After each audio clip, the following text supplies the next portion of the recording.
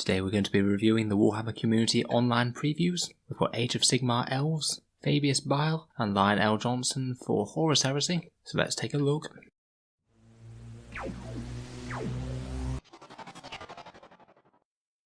Hello and welcome back to Auspex Tactics, the strategy focused 40k channel, where we're usually all about getting the most out of our miniatures on the tabletop, but today we're just looking at some awesome pictures of some of the new stuff that the Warhammer community team have deigned to share with us on their online preview that was supposed to be happening at Adepticon this year. Now this is only one of two previews, with another one due to come next week, so this is technically just the first half, although we don't know exactly how much will be coming in the second time. As a short summary, the things that they showed off are Warhammer Storyboards animation, more miniatures for the Lumineth Realm Lords, the new Age of Sigmar Elf faction, which is actually a lot more like standard elves how you would expect them to be, Fabius Bile's new model and the details of the factions from War of the Spider, the new Psychic Awakening book after Engine War, a new Eomir model for Middle-earth, some Scions of the Flame for WARCRY, and finally being able to order one of the event-exclusive Primaris Lieutenant models online as a made-to-order model if you needed yet more Primaris Lieutenants in your life. So let's go through them one by one with some pictures.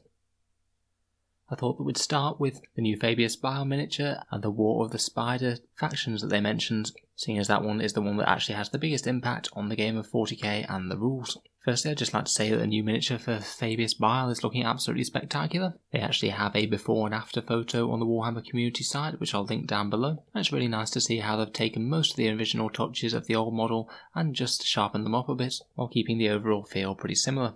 Fabius Bile is an Emperor's Children apothecary, who is now one of the main ways that traitor legions can get new Space Marines in their army, due to his proficiency with manipulating the genes and augmenting humans. He's going to be the central character in the new War of the Spider book, which is now revealed officially as the next Psychic Awakening following Engine War, and this one's going to be focused on a three-way war between the Adeptus Custodes and Sisters of Silence, who are pursuing Fabius Bile's renegade Space Marines, with a bit of help from the Officio Assassinorum, and also the forces of the Death Guard, who are no friends of Fabius Bile himself. It'd be interesting to see exactly what happens in the background in that. Apparently it's set in the ruins of poor fallen Cadia. There's definitely some opportunity for some drama to happen between those three. It makes me wonder if we're going to see some new models for the Custodes or Sisters of Silence, seeing as they're not a particularly completed range at the moment, with just a few units here and there, but we haven't been teased anything as of yet.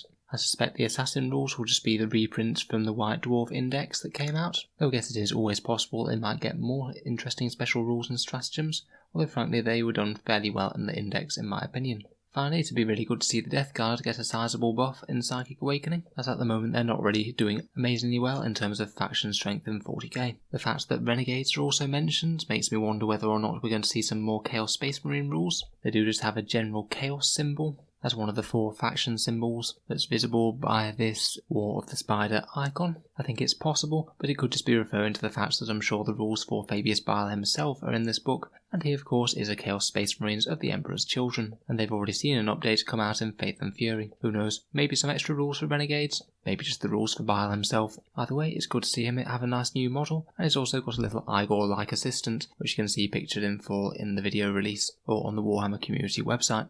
This does of course mean that the last Psychic Awakening is likely to be Harlequins, Necrons, Deathwatch, and maybe Inquisition as well, as these are all factions that haven't seen an update yet. To be honest, they seem like quite a decent array of combatants. Eldar as a whole really don't get on well with the Necrons, being ancient enemies that go back for millennia, and of course the Deathwatch are no fan of Xenos in general, so both the Harlequins and the Necrons will be worthy targets of them. Who knows, maybe backed up by some Ordo Xenos Inquisitors. It'd be good to see a boost for all three of those factions as well, as frankly all of them have been struggling somewhat in 8th edition.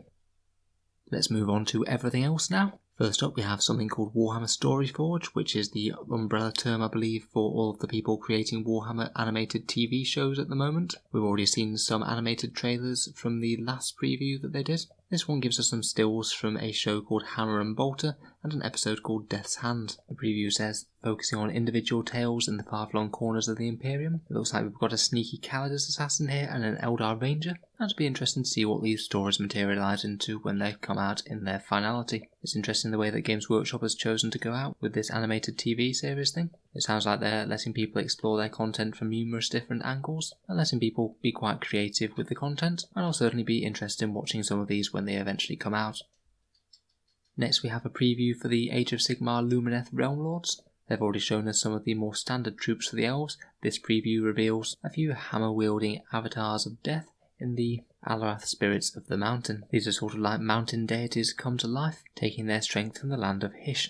They definitely have a bit of a bovine theme going on with big cow masks and things. Apparently they revere a sacred longhorn type of creature which lives in the mountains. And they've also got some infantry bearing hammers that most definitely have a follower sort of theme going on for these big guys. They're called the Alarith Stone Guard apparently. I do think that the miniatures are cool, but they are surprising me just a little bit, as I thought they were going to be going down a bit more of a traditional elves theme with this particular release, as there was quite a lot of demand for that compared with the various flavour of weird elves that they've come out with for Age of Sigmar. Between the Deepkin, the Sylvaneth and the Daughters of Cain, I guess they're still more normal than those guys, but the weird mountain cow deities do sort of depart from that theme a little bit in my opinion.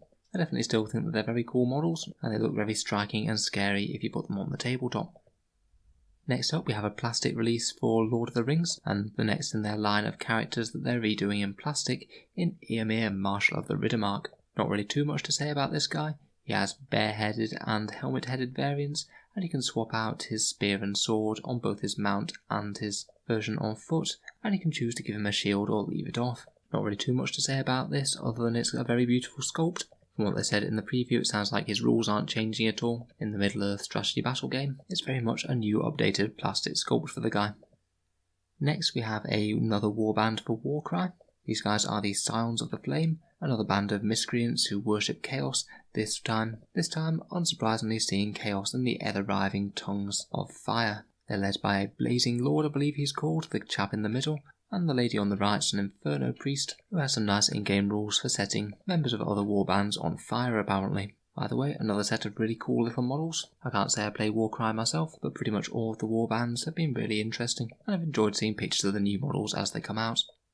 Next we have the return of the Lion, unfortunately not for 40k, but for 30k, with this glorious miniature of Lion L. Johnson of the Dark Angels. I'm sure like the rest of them, he can be chosen to put on or off his scenic base. We can see him here in his helmet and using the wolf blade to off a foul Night Lord Space Marine, who they're famed for hunting down throughout the Horus Heresy. I suspect that people are going to react to this one pretty well. He looks really well realised, the absolute picture of knightly disdain, certainly ornate enough to be a Primarch without being overblown or too blingy. I quite like the way that they say that they've included multiple head options for him. You can use this awesome helmet or field him bareheaded, and interestingly he's also got the choice of sword that he bears, either the wolf blade, which is this enormous chainsword and makes him better against fighting vehicles and monsters, or the lion sword, which is a bit more of a general purpose weapon, better at killing lighter infantry and medium infantry.